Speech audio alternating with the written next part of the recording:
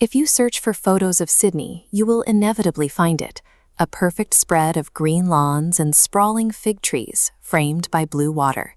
For most people, the Royal Botanic Garden is a picnic spot, or the place to get a postcard shot of the harbour. Look at where it sits.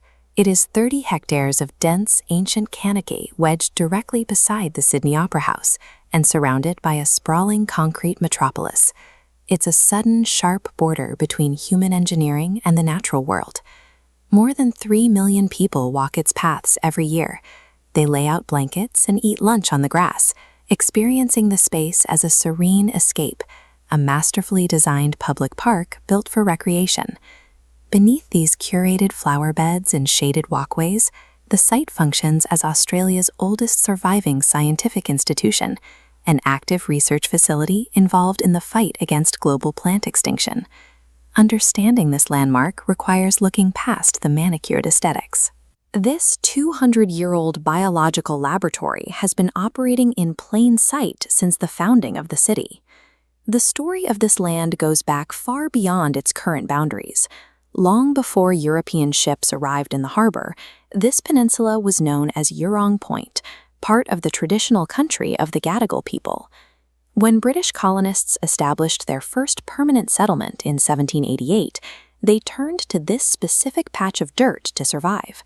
They cleared the land to plant the colony's very first agricultural farm, though the sandy, shallow soil meant the crops struggled to grow.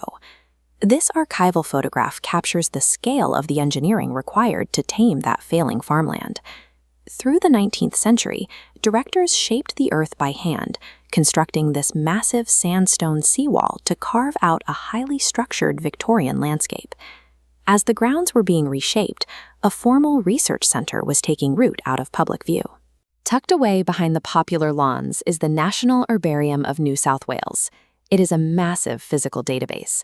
Inside, botanists manage an archive of more than 1 million carefully preserved plant specimens from across Australia and the globe. Some of these records predate the garden itself.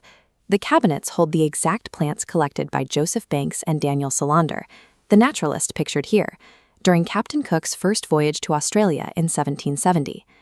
When you combine the physical soil of the garden with the sprawling paper records inside the herbarium, you get a continuous 200-year biological record of the entire Pacific region.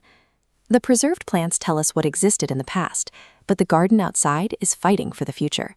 The grounds operate as a living sanctuary, cultivating species so rare that they are entirely extinct in the wild. Here, a horticulturalist tends to young woolly pines. This ancient, critically endangered tree was thought to have died out 2 million years ago, until a small cluster was discovered in a canyon, and it is now actively cultivated and protected here. Keeping fragile evolutionary marvels alive is difficult when your laboratory is an open park, surrounded by city traffic and millions of annual visitors. The environment is constantly shifting. Sometimes the threat comes from nature itself. Look closely at this dense canopy. It's packed with gray-headed flying foxes. At their peak, 20,000 of these large bats roosted in the 1850s heritage palm grove, physically stripping and killing dozens of historic trees. The situation forced an intervention. The Gardens Trust implemented a multi-year relocation program using continuous noise protocols to safely evict the bats and rescue the surviving heritage palms. To ensure survival, scientists document the oldest trees with clinical precision. This report details canopy spread, trunk diameter, and historical age of individual ficus specimens. By cross-referencing this data against post-war aerial photographs, researchers monitor fig grove health across 80 years. The garden functions as a heavily managed triage center, documenting and protecting fragile ecosystems against an array of modern threats. Throughout the grounds, historical artifacts and active research are integrated into the public's recreational areas. Take Mrs. Macquarie's chair. Today, it's a vantage point for photos of the Opera House. But looking at the sandstone, you see an 1816 inscription hand-carved by convicts, physically marking the completion of the colony's early road infrastructure. Genomic research and critical biodiversity conservation take place alongside the public walking paths, tucked within the same landscape used by millions for recreation. Visitors gathering for picnics are utilizing a space that also serves as vital scientific infrastructure, protecting the very plants that give the harbor its iconic green border. A stroll down these winding paths is a walk through a living museum.